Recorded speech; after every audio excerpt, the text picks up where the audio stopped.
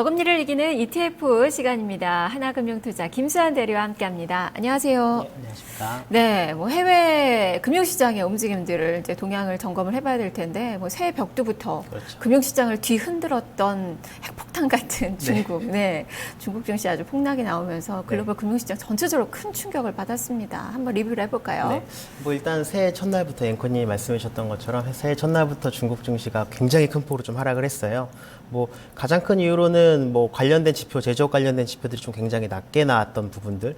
그다음에 12월에 이제 5% 이상 하락이 되면 서킷 브레이커가 작동이 되도록 이제 증시 안정화 차원에서 중국 정부가 그런 제도를 만들었는데 이번에 이제 다시 한번 그 새해 첫날부터 서킷 브레이커가 발동이 되면서 저희 이제 우리나라 투자 고객들 같은 경우에는 뭐 서킷 브레이크나 사이드카나 뭐 이렇게 위기 상황에 한 번씩 이렇게 보셨기 때문에 좀 더 덜하겠지만 중국의 투자자들은 대부분 투자들은 이제 처음 겪는 상황이기 때문에 그런 제도가 굉장히 큰 좀 공황을 좀 일으켰다라고 하더라고요. 그래서 이런 부분들이 뭐 결과적으로 좀 굉장히 좀 안 좋게 작용했고 추가적으로 뭐 그 중국 정부가 증시 안정화 정책을 위해서 뭐 대주주들이 뭐 자신의 지분을 매각할 수 없도록 그렇게 제한을 해놓은 게 있는데 지금 이게 8일 기점으로 해서 그게 좀 해제될 것이라는 예상이 좀 나오면서 그런 투매들이 좀 더 많이 나왔던 것 같습니다. 중국 정부도 이렇게 좀 급락을 하니까 뭐 중국 정부가 관리하는 국부 펀드에서 증시 개입을 했다고 블룸버그 통신에서 전하고 있고 그다음에 대주주들이 이렇게 자신의 지분을 매각하는 걸 허용하는 대신 또 새로운 규제가 나올 것이라는 그런 예상들이 또 나오면서 어제와 오늘 조금 안정화된 흐름 좀 보이고 있고요. 뭐 중국 정부가 지금 이렇게 좀 적극적으로 좀 개입을 하면서 시장에 그런 급한 불을 좀 끄는 모습을 좀 보이곤 있지만 이런 불안한 흐름들이 계속 되면서 아시아 증시나 미국 증시에도 조금 안 좋게 영향을 좀 미치고 있는 형국이라고 할 수 있겠습니다. 네, 계속 중국의 눈치를 좀 봐야 될 것 같아요. 네. 이제 뭐 전망도 2,600, 400 뭐 이런 얘기가 나오고 있더라고요. 그만큼 중국 증시는 조금 어려운 길을 좀 걸을 수 있어 보이고 우리 증시도 많이 또 영향을 좀 받을 수 있어 보입니다. 그리고 또 한 가지의 이슈는 이 아시아 증시가 블랙 먼데이를 연출했던 그 이유가 중국 이슈도 있지만 그 중동발 우려, 바로 사우디에서의 이란과의 단교 이 부분에 대한 그 우려감이 상당히 큽니다. 지금 뭐 종교 전쟁에 대한 그 이야기도 나오고 있지만 이보다도 지금 국제 유가가 어떻게 될까 이게 상당히 좀 관심거리인데요. 상품 시장 동향도 살펴볼까요? 뭐 지난해부터 그렇고 올해도 그렇고 지금 원유 가격이 시장의 가장 큰 관심사 중에 하나인데요. 일단 가장 뭐 간단하게 봐서 뭐 이란과 사우디가 서로 지금 대립을 하고 있고 관계가 점점 안 좋아지고 있다. 이거는 중동의 지정학적 불안정을 야기시키는 요소이기 때문에 그냥 가볍게 보면 이거는 중동의 지정학적 리스크, 원유 가격이 상승할 수 있는 그런 방향으로 작용할 수 있는 재료다 이렇게 작용할 수 있는데 사실 이게 조금만 더 깊게 들여다보면 사실 그거랑은 조금 더 좀 약간 틀린 부분이 있습니다. 뭐 사우디 같은 경우에는 뭐 뉴스에서도 보셨겠지만 뭐 이렇게 이란에 뭐 관련돼 있는 뭐 시아파의 뭐 맹주라고 할 수 있는 그런 고위급에 있는 사람들을 뭐 전격적으로 사형을 집행을 해버리고 그 다음에 뭐 국교 단절까지 선언하면서 굉장히 초강수를 좀 두고 있는데요.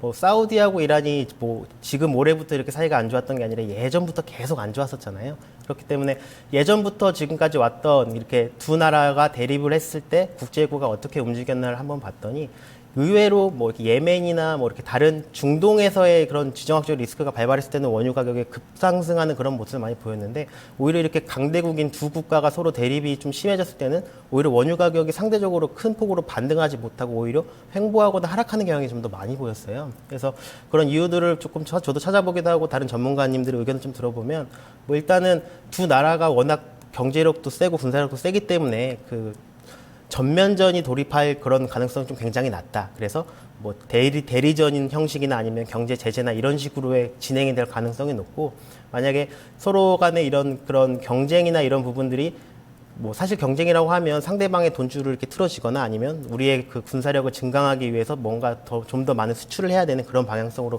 정책이 좀 많이 흘러가는 경향들을 보였는데 이런 부분들이 대부분 지금도 가뜩이나 저유가 상태를 지금 유지하고 있는 이 유가를 좀 더 많이 공급해서 좀 더 많이 시장에 팔아서 이런 돈들을 좀 더 융통시킬 수 있을 것이라는 이런 불안감들 때문에 오히려 국제유가가 조금 많이 더 하락하는 모습을 보였습니다. 실제적으로도 뭐 두 나라가 그 경쟁이 조금 심해졌을 때 단기적으로 조금 반등은 좀 보이긴 했는데 또 바로 하락세를 타고 그다음 계속 연일 좀 하락세를 좀 추가적으로 일으키고 있는데요. 뭐 지금 당장 뭐 사우디와 그다음에 이란의 이런 대립 때문에 유가가 좀 반등하리라고 보는 건 조금 지금 정세상도 그렇고 좀 어려워 보이고 아무래도 지금 뭐 36불선 부근까지 떨어졌는데 지금 뭐 사실 공급적인 이슈가 계속 악화만 되고 있지 이거를 좀 우려를 불식시킬 만한 그런 좋은 호재 뉴스들은 아직도 없고 그다음에 중국 관련돼서 중국이 뭐 세계 1위의 원유 수입국인데 이 중국 자체도 지금 계속 불안한 경기 흐름을 보이고 있기 때문에 유가는 지금 당장 반등하기는 아직도 좀 어렵고 횡보하거나 아니면 추가적으로 하락폭을 좀 더 보일 수 있다. 좀 이런 식으로 접근하시는 게 좀 그나마 나을 것 같아요. 네. 그다음에 같은 원유 섹터인 천연가스 같은 경우에는 뭐 지난주부터 이제 굉장히 좀 가파른 오름세를 보이다가 이제 어느 정도 단기 고점에 와서 좀 조정을 보이고 있지만 아직까지 다시 저가로 하락하지는 않고 약간 바닥을 다지는 좀 모습을 보이고 있는데요. 뭐 가장 큰 이슈 중에 하나는 뭐 당초 1월에도 굉장히 온화할 거라고 그다음에 그런 기상청에서 예보들이 있었는데 1월이 조금 이제 되고 나서 보니까 오히려 예상했던 것보다 좀 더 저온이 지금 지속되고 있다.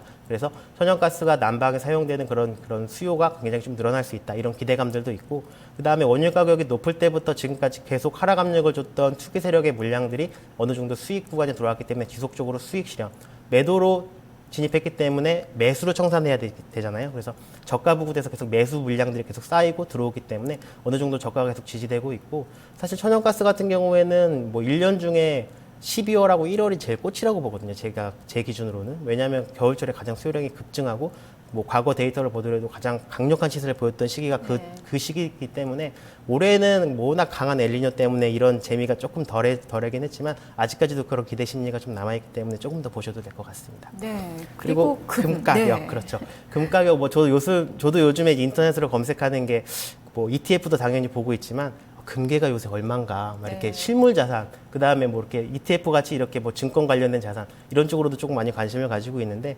중동발 이런 불안한 악재들이 계속 나오고 있고, 뭐 오늘 확인되진 않았지만, 뭐 북한에서 핵실험을 했네, 안 했네, 뭐 이렇게 뭐 국가 간에 뭔가 이렇게 불안감이 조성되고, 위험 투자 자산의 대표라고 할 수 있는 주식이나 뭐 선물이나 이런 쪽에 이런 위험 자산들에 대한 이런 투자 금액들은 뭐 이렇게 약간 불안감이 조금 고조되다 보면 안전자산으로 넘어가는 그런 경향이 강하게 보입니다. 그래서 채권이랄지 금이랄지 이런 상품들에 대한 매수 욕구가 좀 많이 올라가고 있는데 중동발 악재 때문에 지금 금 가격 같은 경우에는 다시 횡보 구간에서 어느 정도 상승으로 턴어라운드를 했고요. 뭐 달러 같은 경우에는 아직도 뭐 점진적인 인상이다 뭐 이런 부분들 불확실성 때문에 정확하게 방향성을 좀 잡지 못하고 있는 형국인 것 같습니다. 네, 지정학적 리스크에 지금 안전자산 선호 심리가 좀 높아지고 있고 그러다 보니까 주가가 좀 떨어지고 그렇죠. 금 가격은 인기가 좀 높아지는 그 상황이네요.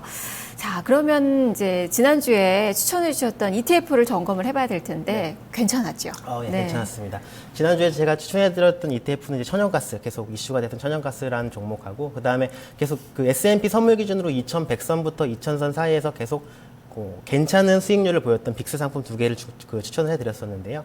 뭐 일단은 먼저 좋았던 상품부터 봐볼까요? 빅스 같은 경우에는 제가 30일날 추천을 했는데 뭐 2%, 그다음에 뭐 또 2%, 그다음에 6% 전일 날짜에 조금 소폭 하락하긴 했지만 뭐 굉장히 조금 거의 뭐 10% 가까운 수익률을 좀 보였습니다. 뭐 계속 유효한 것 같아요. 지금 뭐 금리 인상을 이제 시작을 했지만 아직도 종가 기준으로는 S&P 선물이 2000선을 지키고 있고 다만 기존부터 계속 2100선 부근에서는 하락했고 2000선은 지키고 이렇게 박스권 매매에서는 어느 정도 계속 유효한 것 같고 지금 이따가도 다시 말씀드리겠지만 이제 박스권을 굉장히 오랫동안 유지했다는 건 그 박스권을 이탈하게 될 경우에는 그 이탈하는 방향으로 급속히 쏠리는 그런 형상이 기술적으로 나올 수 있기 때문에 빅스 같은 상품은 천연가스보다도 약간 더 관심을 가지고 좀 보셔야 될 것 같고요. 천연가스 같은 경우에도 뭐 지속적으로 좀 좋은 흐름을 보였지만 어느 정도 조금 조정은 있었습니다. 하지만 처음에 말씀드렸던 것처럼 그 천연가스에 대한 그 투기 세력들의 쇼커버링 물량과 그다음 1월에 대한 기온이 예상보다 더 낮을 수 있다라는 기대감들 때문에 아직까지도 조금 더 수익 상승할 수 있는 그런 여력을 좀 더 남겨놓은 상태라고 보시면 될 것 같습니다. 네. 그렇다면은 이번 주에 유망 ETF로는 어떤 종목군들을 가져오셨나요? 이번 주 일단 유망 ETF 먼저 말씀드릴 거는 이어서 말씀드리는 거겠지만 일단 빅스 상품이 가장 또 좋을 것 같습니다. 왜냐하면 뭐 박스권에서 뭐 워낙 빅스 상품 제가 이 방송 처음부터 지금까지 계속 자주 좀 추천을 드렸었는데요. 그 지난주에 봤던 그런 수익률만 보셔도 아시겠지만 그 방향성만 잘 맞으면 정말 단기간에 큰 수익을 낼 수 있습니다. 이거 레버리지가 그렇게 높지도 않은 상품이기 때문에 다만 장기적으로 가져가시기엔 조금 애매하고 지금 차트를 한번 보시면서 일단 말씀을 좀 드리는 게 낫겠네요. 그 S&P 선물 차트를 한번 보겠습니다. 지금 S&P 선물 차트를 보면은 지금 이제 장중인데 벌써 이제 2000선을 깼네요. 2000선을 깼고 지금 뭐 박스권으로 뭐 종가 기준으로는 2,000선을 계속 지켰는데 이제 장중에 오늘 날짜 장중에 다시 깼는데요. 지금 미국장이 시작이 되고 지금 이제 아시아장이기 때문에 뭐 이렇게 거래량이 많지는 않아요. 그래서 지금 2,000선을 깼지만 이게 추세가 좀 강하게 나오긴 좀 어려울 수 있고, 유럽장이 시작되고 있다가 미국장이 시작됐을 때도 2,000선을 깬 상태에서 뭔가 좀 낙폭을 좀 확대할 것 같다라는 조짐이 보이면 빅스 상품 굉장히 다시 한번 유효할 것 같고요. 뭐 손절 하신다고 하면 한 2,010선 정도까지 다시 올라오면은 손절하시고 다시 이탈하면 다시 조금 노려보시는 이런 정도의 투자법을 하시면 굉장히 좀 좋은 상품일 것 같습니다. 네, 이번 주에도 빅스는 굉장히 좀 유효할 것 같다. 여전히 증시는 또 부정적으로 보고 계시는 거고요. 뭐 차트가 지금 그렇게 말하고 있으니까요. 기술적으로. 알겠습니다. 그러면 또 한 가지 또 네. 이방 ETF로 한 종목 더 주실까요? 네. 아까도 잠깐 말씀드렸지만 이제 금상품 네. 이번에 좀 준비를 했는데요.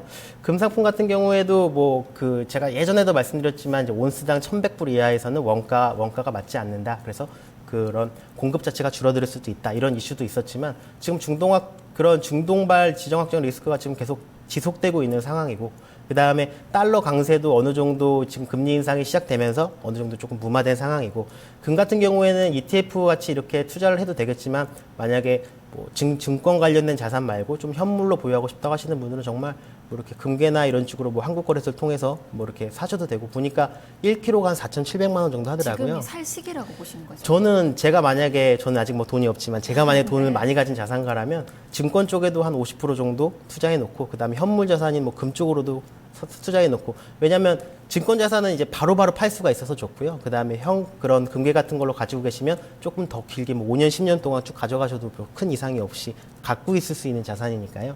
뭐 금괴나 이렇게 큰 상품 뭐 하나당 뭐 5천만 원짜리 이렇게 투자하실 수 있는 분은 투자하셔도 괜찮겠지만, 그런 게 아니라 주식이나 이렇게 증권 관련해서 ETF 관련해서 투자하신다고 하면, ETF는 제가 추천드린 종목은 레버리지도 한 배짜리이기 때문에 길게 가셔가지고도 크게 문제가 없는 상품입니다. 그래서 현 가격대에서는 뭐 지금 북한 리스크가 지금 어느 정도 올라올지 모르겠지만 여러 가지 국제 정황상 이렇게 굉장히 조금 매력적인 가격대에 있고요. 추가적으로 중국이나 미국 증시 지금 계속 제가 안 좋다고 말씀을 드렸는데, 증시가 안 좋아지면 그런 투자 금액들은 다 안전자산인 채권이나 금 쪽으로 몰릴 수밖에 없는 구조이기 때문에 앞으로도 전망은 굉장히 좀 밝을 것 같습니다. 네, 알겠습니다. 말씀 잘 네, 들었습니다. 고맙습니다.